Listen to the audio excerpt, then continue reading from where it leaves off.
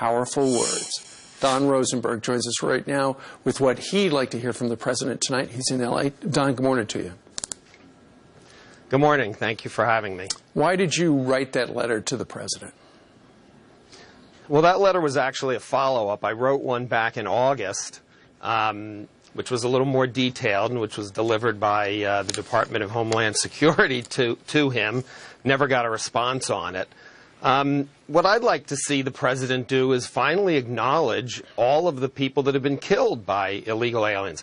This is not a story about my son. This is a story about over 100,000 people that have been killed since the last amnesty and are getting killed at the rate of 5,000 a year. And ironically, most of them, about 60%, are being killed by people that are in the country illegally but have not committed any what the administration calls serious crimes. Sure. So it's not a question of, oh, if we deport all the ones that have committed serious crimes, problem solved. Mm-hmm. That's just not what's going to happen. And then you have to define what's a serious crime. The killer of my son was not considered a serious crime. I was on your show about 2 years ago because they wouldn't deport him.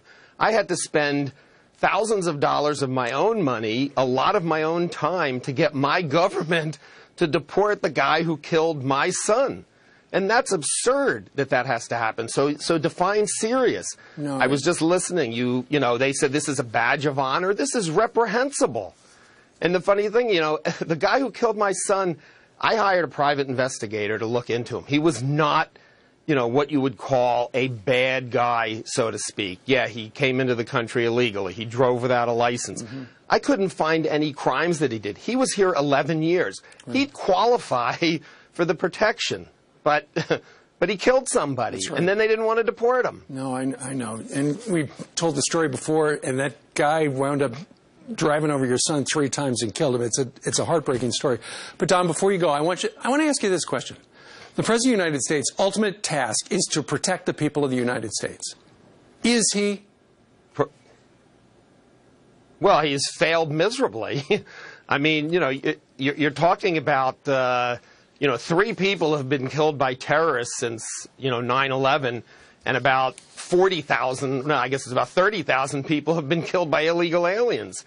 So I don't call that a success.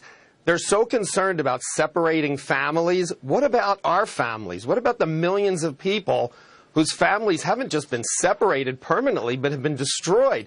So I don't have a lot of sympathy for families that are getting separated because of their own actions.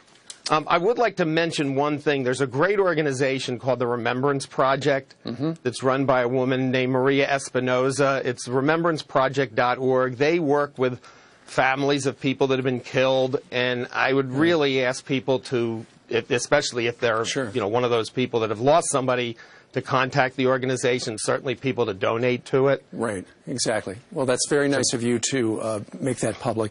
Don Rosenberg, I know it's tough to go through again, but we thank you for doing it on this important day. Thank you, Don. Thank you very much.